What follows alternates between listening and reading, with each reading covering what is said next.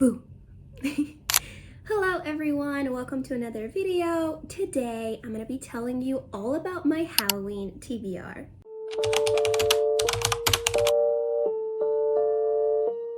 October is my favorite month throughout the whole year. It's not even like my birth month or anything. It's just that I love all this like spooky, scary vibes. As you can see, I've kind of like tried decorating my room for Halloween. I showed you all of this in a recent reading vlog, so don't forget to check that out. This is not my official Halloween look. I usually do multiple looks before the actual Halloween day, and this is like the second look that I've done.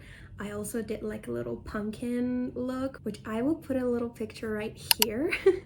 I wanted to like film this video when I had that makeup on, but like it was kind of difficult for me to like move my face right now. This is a little bit easier for me. I hope that it's not too annoying to look at. Without further ado, let's get into the video. So I have categorized this video into 3 different categories: thriller, horror, and horror manga.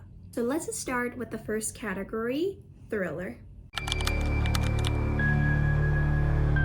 There aren't many thriller books on my list. The first one that I definitely have to pick up this year is The Silent Patient. The Silent Patient is about this woman that like seemingly has a very perfect life. She is a painter and she has married this like photographer and they're living their best life, apparently.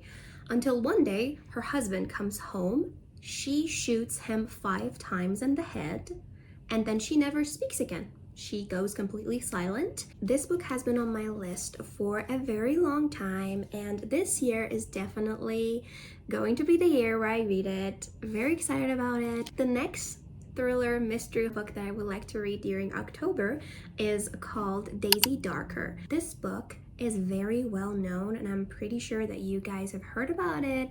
I believe it's about this family that like do this little reunion, but things don't go as expected and weird things start happening and people go missing, people end up dead, if I remember it correctly from reading the synopsis ages ago. And the last book on this list is The Woman in Cabin 10. This is like a thriller mystery book that takes place on a cruise ship. That's literally everything I know about it, and that's all I need to know, honestly, because I struggle with thalassophobia, and any book that is like set in the ocean, I don't know, on a cruise ship, on any ship basically, or maybe like in an island that is like surrounded by water, they terrify me, okay? This is like a mystery book set on a ship. I believe that it's going to like creep me out, but also I've heard that the mystery is pretty awesome. Oh, and I also wanted to talk about Agatha Christie. Unfortunately, I've never read an Agatha Christie book before. I've been meaning to do so for quite some while now. I haven't picked exactly one specific book because she has so many books, but like I definitely want to read like 1 or 2 this month if I can. If you have read Agatha Christie books before, let me know down in the comments below and tell me what books I should read from her. I am open to recommendations. Next category is horror books, and it's a very ambitious list. Let's start off with the first physical copy that I have. I would love to read this book during spooky season. The Shining by Stephen King. I have only read 1 book by Stephen King before, and that book was called It. I really like that book, even though I don't recommend it to people because it was really problematic. Not a huge fan of the ending, obviously, but like overall it was really fun, and I read it during spooky Halloween season and it just made it much more fun for me. And this book has been on my shelf for a very long time, and I watched a movie with my parents probably 5 or 6 years ago, and we all were like really fascinated by it, especially me and my dad. And ever since then, I wanted to read the book and just like compare the two and see if it's like different from the movie, if it's like scary or not. I'm sure that you guys have heard of this book, or you have probably watched a movie. This book follows a family that like decide to spend their holiday in this like empty hotel so that the father of the family can like focus on his writing. He's a writer and he has been in like this writing slump. That's why he like decides to spend some time alone in this like deserted hotel in the middle of nowhere, and it's like snowing. And we see that this hotel is not like a normal hotel. It's kind of haunted, and this father figure, he starts losing his mind like slowly. We can see his descent to madness, which is just the best trope ever. I love that trope in horror books when like the main character or just like one of the characters starts like slowly losing their mind. Perfection, honestly. The next book I would like to talk about that is in my physical TBR. I'm not quite sure if horror is the main genre of this. It's called Tender is the Flesh. I recently bought this for my birthday. Like it was like a gift to myself. It's like a dystopian literary fiction horror book. So in this world, animals are completely wiped out, and people, humans, they have been divided into two different sections. The first section are the people who eat meat, and the second section are the people who are being eaten. My friend Kazi, she explained the plot of this to me the other day, but I don't quite remember it. I believe it was about this guy that is like taking care of this person that is about to be eaten. Like they're basically being taken care of just so people can eat them. Yeah, this person that is like watching over them starts treating one of these people as a human being, and they kind of like sort of go through this like internal conflict, and that's where the story takes us. Next up, we have my childhood hero. We have Goosebumps by R.L. Stine. When I was a child, I was obsessed with R.L. Stine, especially his book called The Night of the Living Dummy. That book was my entire personality when I was a kid. I would beg my mom to read that story for us before bed, for me and my brother, and we both were kind of obsessed with it. And throughout the years, I've been like collecting his books slowly, and these two books are the books that I still haven't read from his Goosebumps collection. This one is Welcome to Dead House. The next one is The Ghost Beach. I don't know much about them, and I usually like it that way when it comes to R.L. Stine books. They always creep me out, even as an adult right now. When I like read some of his books alone at night, they like give me the creeps, and I love it. We are done with my physical TBR. Let's go through all the books that I plan on reading on either my phone, my laptop, or I might like listen to their audiobooks. The first one is My Best Friend's Exorcism. This book has been popular on BookTube for a very long time, and I'm so ashamed that I still haven't read it. As the title says, it's basically about an exorcism. The main character's best friend's exorcism. That's all I know about it, so yeah. Next up, let's talk about Kill Creek. So this book is like a haunted house scary book. It's basically about this author. He has been given a chance to go to this like haunted house and spend the night there so that he can like get inspired for his like other books. And he's not gonna go there alone. There are a few other authors that are gonna be joining him. They're all like writers in the horror genre, but like definitely this house is like haunted and creepy things start happening. It kind of gives me the same vibes as The Haunting of Hill House by Shirley Jackson did. I've heard amazing things about this as well. Looking forward to reading it. It's not going to be a fun, spooky season if I don't read anything by Riley Sager. Every single year I read one Riley Sager book, and I always enjoy them. They're not like my favorite books of all time. They're usually always like 3.5 star reads for me, but they're always so fun, and I just love the atmosphere of the books that he writes, and the storytellings is always like so fun. They usually lose me at the ending. I usually don't want them to end the way that they do. The only one left, and I still haven't read this book. It's basically about this family massacre that happened years ago, and only the daughter of this household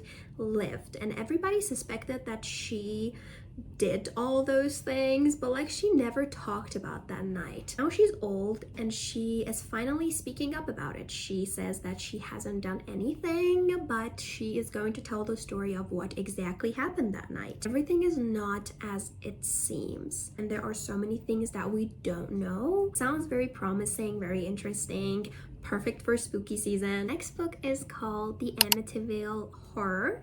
So I got to learn about this book after watching the movie franchise. I actually haven't watched every single one of them, but I have watched a few, and I am familiar with the whole story behind this haunted house. This book is inspired by a true story. There was this house that every time someone like moved there, someone in the family would start acting up and they would like kill the entire family. That's basically the story behind it. I don't know if this book is gonna follow like different families or if it's just gonna follow one family. I'm not quite sure. People believe that evil spirits live in that house. The next book I would like to talk about is actually a middle grade book, if I'm not mistaken. It is called The Haunting of Aveline Jones. Aveline Jones has always been obsessed with spooky, scary stories until one day she finds this haunted storybook. That's everything I know about it. And I've heard that there's like a second book which is called The Bewitching of Aveline Jones. If I'm like looking for like a less scary, easy read, I will probably pick this one up. The next two books I would like to talk about are by the same author, and I've recently learned about this author. I want to give his books a try. The first one is called The Horror. This book, I've heard that it's about this like little town. It might be an island. I don't remember it properly. One day a fog comes to this little town, and to some people this fog brings miracle and good fortune. To some others it brings dark things and madness. I've heard that it's like very gory and dark and like a folk horror kind of book. This is definitely at the top of my list. I 100% want to read it this October. The next book by this author is called Maggie's Grave. Maggie's Grave is about this really small town which only has 47 residents. There's this one gravestone on this little hill kind of area. On the tombstone it says, "Maggie Wall buried here as a witch." And now the ghost of Maggie has come back because she has some like unfinished business. This one is again sectioned as folk horror. I haven't actually read many folk horror books, and I'm very excited about them. Both The Horror and Maggie's Grave fall into this category. The next book is called Fantastic Land. Fantastic Land, I don't know much about it. I have read like one horror book that is set in a theme park. Actually, I was a child when I read it. It was by R.L. Stine, and I really enjoyed that book. And when I saw Fantastic Land, it reminded me of that book. So yeah, I want to give it a try and see if it gives me the same vibes or not. The next book is called Diavola. If I am pronouncing it correctly, Diavola is again another haunted house story. It's about this girl that she does not have a great relationship with her family. She always feels like she's left out from everything. She never fits in this family. Till one day they like all move to this new house, this like mansion kind of house, and they decide to spend more like family time together there until creepy and scary things start happening. Weird noises around the house at night, creepy sounds, and yeah. Next up we have My Heart is a Chainsaw. This book is written by the author of The Only Good Indians. I haven't been able to read that book either, but I've heard nothing but great things about that. And also this book, I do not know much about the plot summary. All I know is that it's a slasher book. I've only read one other slasher book and I didn't like that one very much. It was called Clown in a Cornfield. This one, however, I have a good feeling about it because so many people on YouTube have recommended it and they have loved it. Some of the booktubers that I trust. The last book in this category that I want to talk about is the book that I want to read exactly on Halloween night. This book is called The October Boys. It's about this group of friends that on the Halloween of 1988, they went out like trick-or-treating until they saw this like one creepy ice cream man. This ice cream man took one of these kids away. Years later, that kid is still not found. One of those kids was called Tom Craven. Tom is still haunted by everything that happened that night when they were little children, and he goes back to that place, and then he sees that he's not the only person that is like still hanging on to that night. He sees that all of his friends are there, and now the ice cream man is also back, so they're trying to get ready for this like battle with the ice cream man. It all like takes place on Halloween night. That's why I'm like very excited to read it during Halloween. It kind of also gives me like It vibes. I remember like I finished it exactly on Halloween night. It just hit so good, and this one I believe is going to do the same. Now let's move on to the last category, which is horror manga. The first horror manga on my list that I actually have a physical copy for is Tommy by Junji Ito. If you didn't know, Junji Ito is like my favorite horror manga writer and illustrator. I have read most of Junji Ito's books. I haven't read some of them, and I definitely plan on doing so this year. The first one is Tommy. Tommy is about this very beautiful and attractive girl that most people hate in their school until one day her classmates and her teacher on this like school trip, they murder her, maybe on accident, maybe not. Most of the people are like very happy that she's gone because I said they didn't like her very much, until the next day she comes back to school completely alive. And I've heard that she like seduces people using her beauty or something like that. It's a thick book, but like it's a manga, so like it's mostly pictures. I don't have to worry about the length. So yeah, this is the first one on my list. The other two are Remina and Venus in the Blind Spot. There's also this one other horror manga, which is called Ibitsu. There are 2 volumes to this horror manga. I read the first volume last year and I really enjoyed it. This year I plan on reading the second volume. The plot? Do I remember it? No. I remember it was about this ghost of a woman that would sit next to trash cans and he would like hunt boys, if I am correct. Yeah, moving on. I know that this was a very long and ambitious list of books that I want to read, but I plan on doing multiple like readathons, 24-hour readathons, and try to read as many as I can. If I don't get to all of them, that's totally fine, but I definitely want to challenge myself and see how many of these I can read. Thank you everyone for watching this video. I hope you enjoyed it. If you did, please make sure to like it, comment down below your thoughts, share it with your friends, and don't forget to subscribe. I hope you have a spooky day or night, and I'll see you in my next video. Bye!